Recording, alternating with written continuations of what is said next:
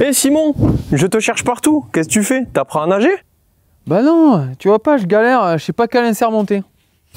Ah c'est ça, tes frites? C'est pas des frites, c'est des inserts, c'est pas à quoi ça sert? Non mais tu vas me montrer? Allez, c'est parti. Alors pourquoi on utilise un insert? En premier lieu, un insert, ça sert à protéger sa jante et son pneu. C'est pour éviter finalement de pincer. Voilà, donc ça c'est le modèle le plus simple qui permet cette première fonction. Mais maintenant il y a des produits un peu plus innovants, différents suivant sa pratique, comme celui-ci où le volume de mousse est plus important. Ce volume de mousse plus important permet de réduire un tout petit peu la pression et donc d'augmenter aussi le grip et protection. Et en dernier lieu, encore un peu plus pointu, ce système-là qui vient se positionner en force dans la jante permet bien sûr de protéger, mais aussi de plaquer le pneu de l'intérieur. Et de ce fait, on a un meilleur maintien. Donc, protection, grip et maintien. Premièrement, je contrôle ma pression. Voilà, c'est fait. Je la garde bien en tête. Hop, 1,8 kg sur celui-ci. Allez, hop, on démonte. Le plus simple, c'est d'enlever l'obus. De toute façon, suivant les inserts, il faut enlever la valve. Allez, on sort le pneu de façon classique. Donc, ce premier insert, c'est tout simple. C'est une bande de mousse. C'est super léger. Il y a différentes largeurs suivant la largeur de votre pneu. Ça, c'est tout simple. Pas besoin de démonter les deux tringles. Qu'une seule tringle. On le place à l'intérieur. Hop.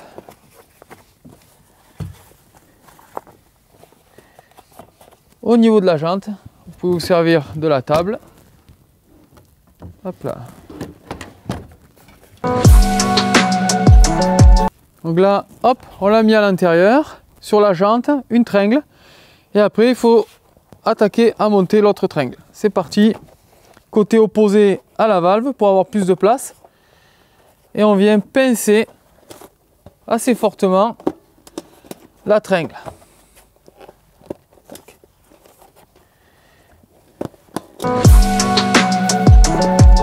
Hop, hop. Si c'est un petit peu dur, comme ici les tringles elles ont un peu séché, n'hésitez pas à mettre un petit peu d'eau savonneuse sur les tringles pour nous aider à les clipser. Hop, bien sur les jambes. Hop là. Il n'en reste pas trop. On peut se servir des démonts de nœuds. Surtout pas être trop gourmand. Tant pis, vous mettez aller plusieurs fois. On le met au milieu, on glisse. Tac. Et on pousse. On le met au milieu. On glisse.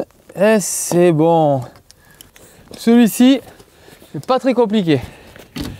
Une fois en place, on met bien toutes les tringles au milieu. On s'assure que tout est bien en place. On fait le tour. Pour pas que ça vrille et que ça reste bien en place. Voilà. Hop. Maintenant on passe à la frite, au boudin. Donc il existe plusieurs diamètres. C'est aussi assez simple. Mais avant de les installer, il ne faut pas oublier avec ce type d'insert, très régulièrement, il faut une valve spécifique. Voilà, le flux d'air, il n'est pas dirigé comme ça, mais perpendiculairement, ici. Pour éviter que quand on gonfle, l'air rentre, mais ne puisse pas ressortir. Et on ne pourra pas contrôler notre pression avec une valve classique. Donc pensez à mettre la valve. Donc on démonte la valve classique. Point important à vérifier. Normalement 90% des jantes du marché sont compatibles, mais attention quand même à la compatibilité ici de la valve avec votre jante. Si votre jante est asymétrique ou un profil vraiment très particulier, très profond, parfois ça peut pas être compatible. Ici pas de souci sur notre jante, ça se monte sans problème. Donc toujours une tringle déjà prémontée. On enfile le boudin un petit peu comme une chambre à air. Hop, le plus compliqué c'est de venir le clipser. dans la jante. Il faut y tirer un petit peu dessus, on reprend la position. Encore celui-ci, c'est assez facile, la mousse est assez souple. Voilà, on s'assure qu'il soit bien dans la gorge. Voilà. Opposé à la valve, on attaque le montage, on pince fort et on essaie de glisser la tringle le plus loin possible au centre de la jante. Un côté, un peu l'autre, pour se retrouver avec la valve en dernier. Voilà. Quand il reste plus beaucoup, comme c'est le cas ici, on prend deux petits démons de nœuds et on chicole. Hop. Un côté et puis l'autre. Hop. Hop là. Encore une fois, faut pas être trop gourmand. Faut prendre son temps, pas trop forcer. Voilà, ça c'est fait. Hop. On s'assure que les tringles sont bien montées. Voilà. Troisième type d'insert, encore un peu plus compliqué. Ici on voit, ça ressemble un petit peu à un pneu en fait, qu'on va mettre à l'intérieur du pneu avec une tringle et une autre tringle. C'est parti, il faut attaquer. Première tringle. Toujours pareil, on fixe déjà une tringle sur le pneumatique et on attaque à positionner l'insert à l'intérieur. Alors déjà là c'est un peu plus raide, hein. Déjà on va pas se cacher. Et là une première tringle, on pousse fort, hop,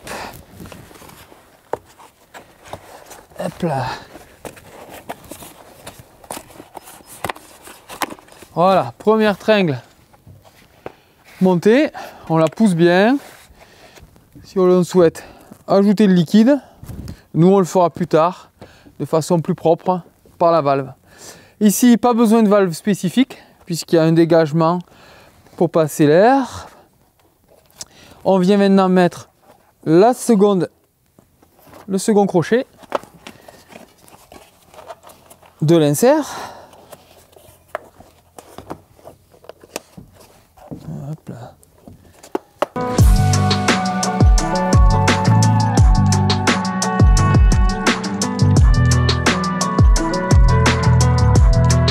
Quand ça se complique comme ici, une petite solution, c'est d'utiliser une sangle.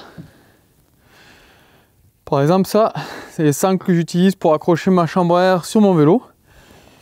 Je peux venir bloquer pour garder mes deux mains, pour venir forcer. Hop, je viens bloquer ou un scratch. Voilà, ça bloque.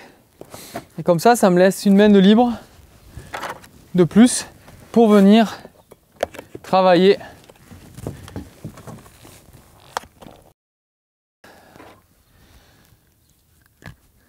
Hop.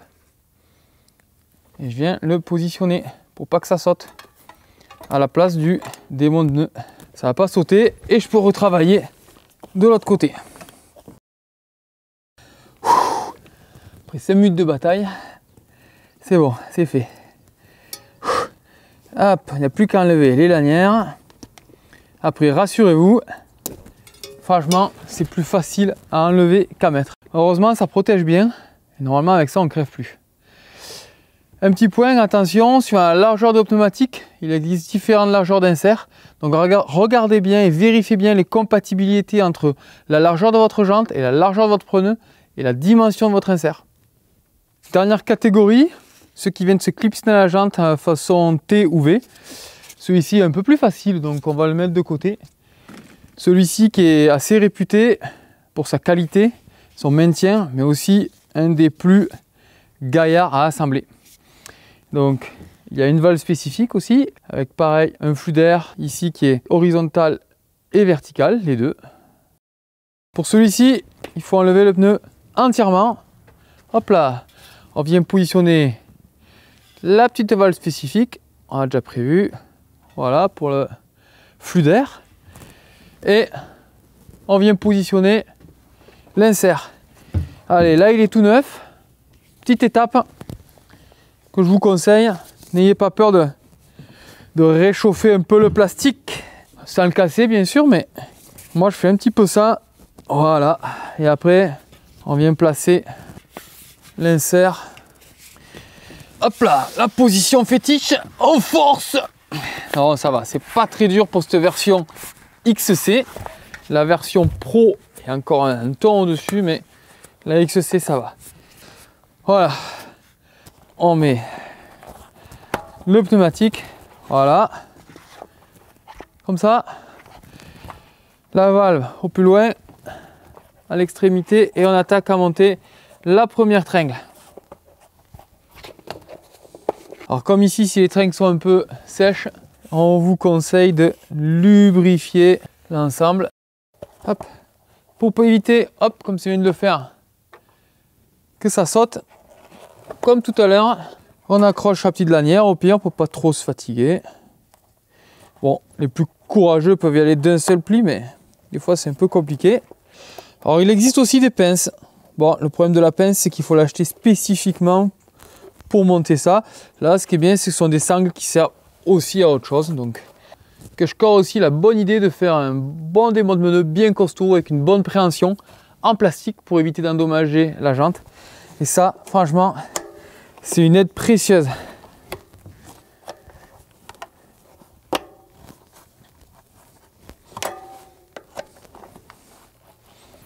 Allez, un dernier petit effort pour glisser. Voilà. Ouh. Voilà. Allez, il n'y a plus qu'à regonfler. On pompe. Et je pompe, et je pompe, et je pompe, et je pompe, et je pompe. Voilà, ça c'est fait. On contrôle que le pneu soit sorti partout. C'est bon. Il est bien en place. Ça c'est fait. Et maintenant, dernière petite étape. On va mettre le préventif. Maintenant que tout est en place, moi je préfère ça. C'est fait gonfler 2 fois, mais parfois avec les inserts, ça arrive que ça se positionne mal et qu'il faut recommencer une des étapes. Et franchement, avec le liquide à l'intérieur, c'est pas la joie. On met la dose recommandée de liquide pour la dimension de son pneu et de sa roue. Voilà, gentiment, on remet la valve. Et maintenant, on passe vraiment à la pression finale pour aller rouler. Et allez, on pompe, on pompe, on pompe, on pompe. Voilà, j'ai mis la pression. On va faire tourner un petit peu pour que le liquide se positionne. Mais bon, ça, en roulant, ça sera fait. Dernière chose à faire avant d'aller rouler, je remets ma pression. Bon, 2,2. C'est un petit peu beaucoup, surtout avec un insert tel que je viens de monter. Donc, il vaut mieux réduire un petit peu. Allez, on passe à l'assemblage sur le vélo et on part rouler. Bon, t'as vu? C'est pas si compliqué de monter un insert. Il y a quand même quelques différences. Hein. C'est clair, faut l'avouer, suivant le produit, suivant le pneumatique, suivant la jante, il faut s'armer de patience et surtout avoir les bons outils. Ça doit quand même un petit peu aider. Ouais. Merci Simon pour ce cours de montage d'insert. Je pense que ça va en aider plus d'un. Ouais, et si vous voulez savoir celui que je préfère et celui qu'on préfère à la rédaction, je vous invite à lire le sujet de ce mois-ci sur les 8 inserts qu'on a passés au crible et qu'on a testé depuis plus d'1 an. J'espère que cette vidéo vous aura plu. On se retrouve la semaine prochaine pour une nouvelle vidéo. N'oubliez pas de vous abonner, de partager et de liker. Bye bye, merci, ciao. Oh yeah!